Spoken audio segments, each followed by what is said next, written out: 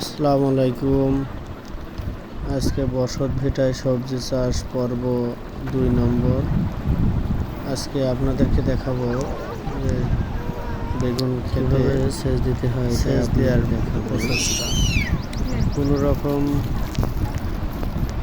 আগাছাটা কোনো রকম হালকা করে কোদাল দিয়ে কুপিয়ে আজকে পানি দিয়ে ভিজিয়ে রাখছি।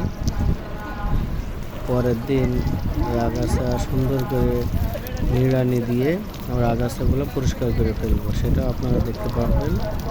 আজকে সেচ চলছে, পানিটা এইভাবে দেওয়া হচ্ছে কারণ হচ্ছে যাতে এক জায়গায় মাটি সরে না যায় আর এক জায়গায়, এই জন্য পানিটা ছিটিয়ে ছিটিয়ে দেওয়া হচ্ছে যেন বৃষ্টির পানির মতন করে পড়ে এবং মাটির গভীরে পৌঁছায়। এইভাবে পানি দিলে মাটির গভীরে পৌঁছায়। আর এক জায়গায় পানি ধরে রাখলে ওই জায়গার মাটিটা সরে অন্য জায়গায় চলে যায় এবং ওই জায়গাটা গর্ত হয়ে যায়।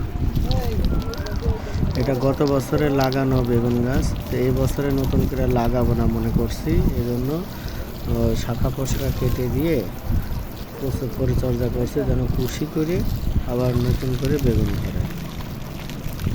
এই হলো আজকে আমার ছোট্ট একটা ভিডিও। আপনারা আমার এই পেজে ফলো দেবেন এবং সাথে থাকবেন। আশা করি আস্তে আস্তে সব ভিডিওগুলোই পাবেন। আজকে বেগুন বসত ভিটায় বেগুন চাষ পর্ব 2 নাম্বার, 3 নাম্বার, 4 নাম্বার সবই পাবেন ইনশাআল্লাহ।